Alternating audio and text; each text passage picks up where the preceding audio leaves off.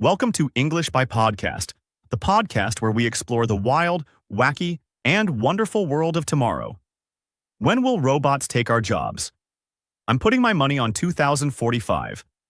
What do you think, Chloe? I'll take the over on that. My money's on 2050, easy. We've got plenty of time, right? It's a fascinating thought experiment, but it's not like it's happening tomorrow. Okay. So, about that 2050 prediction, we were wrong. We were very, very wrong. We weren't just wrong, Liam. We were asking the wrong question. It's not when AI will replace human jobs. It's that it's already happening. And we're on the front lines. I just can't get my head around it. For the last decade, the story has always been about automation taking over manufacturing jobs, right? Robots on an assembly line.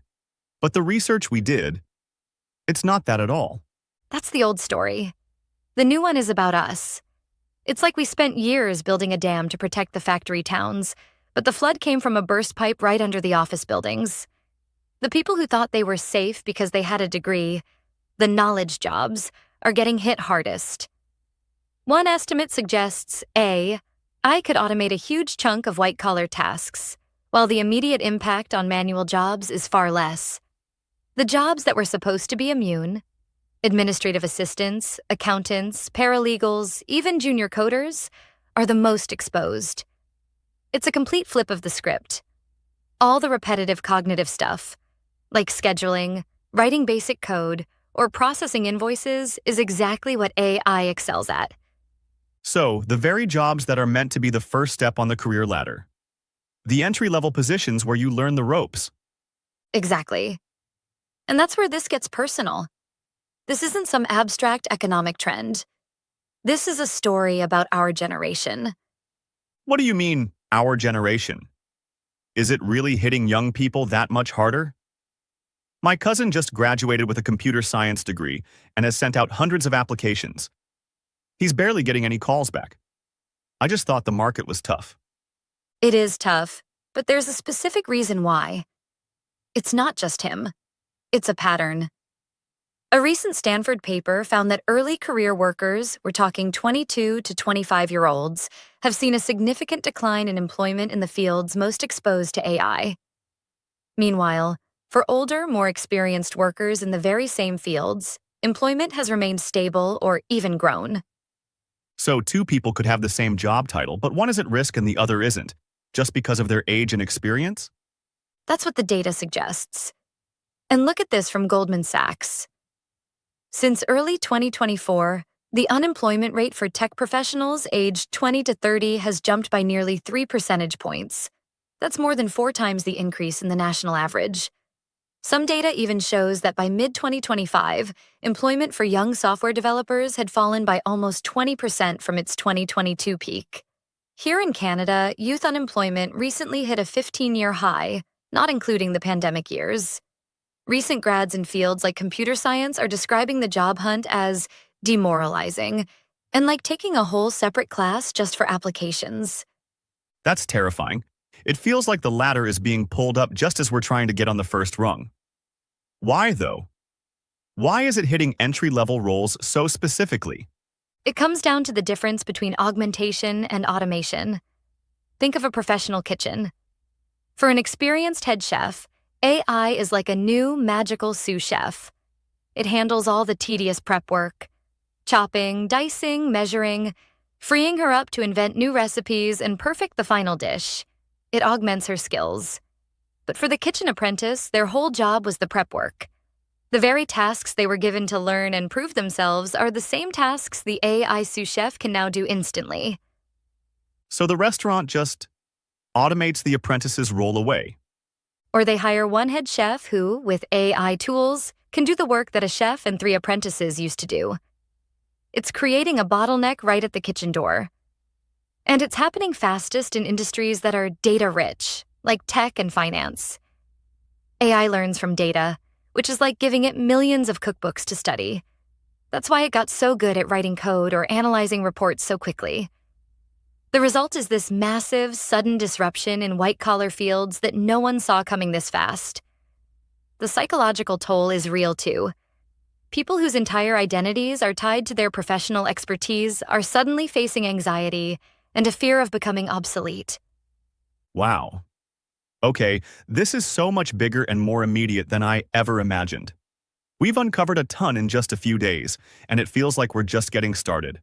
We're going to keep digging into this, so if you want to follow our journey, make sure you hit that subscribe button and turn on notifications so you don't miss what we find next. So, after all that, the big question is, what do we do? Are we all doomed to be replaced by an algorithm? I was starting to wonder. It sounds pretty bleak. It's definitely scary, but the story doesn't end there. Think about the transition from horses to cars. Blacksmiths and carriage drivers lost their jobs, which was devastating for them. But the automobile created an entirely new world of jobs. Factory workers, mechanics, road builders, and gas station attendants. The same reports that predict massive job displacement also predict massive job creation. The World Economic Forum projects that while AI will displace around 92 million jobs by 2030, it will also create 170 million new ones. But new jobs doing what exactly? If AI can do all the thinking work, They're not the same jobs we're losing. The demand is exploding for roles that work with AI. Things like AI specialists and machine learning engineers are the new mechanics and factory workers of this era. But it's also creating entirely new job categories, like AI ethics officers, who act as the regulators ensuring the new cars are safe, or human AI collaboration specialists, who teach people how to drive them effectively. The future isn't just about pure tech skills. It's about blending them with uniquely human skills. so the key is to adapt. It's not about competing with AI, but learning how to collaborate with it. Precisely. This is the new playbook. To go back to the kitchen analogy, the skills that matter now are the ones the AI sous chef can't do. It can't invent a new dish from scratch, understand a customer's dietary needs with empathy, or lead a team through a stressful dinner rush. That's creativity, critical thinking, and emotional intelligence.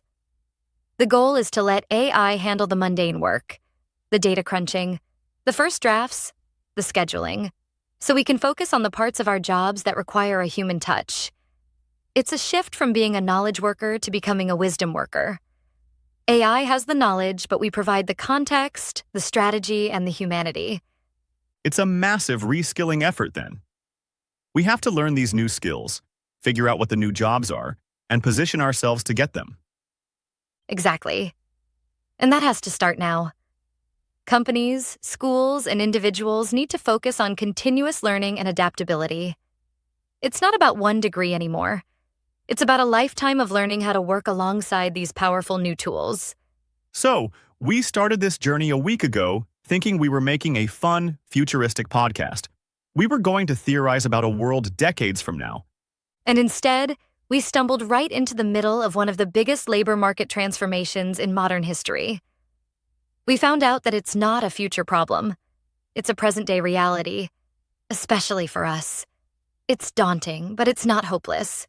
The jobs are changing, not disappearing entirely.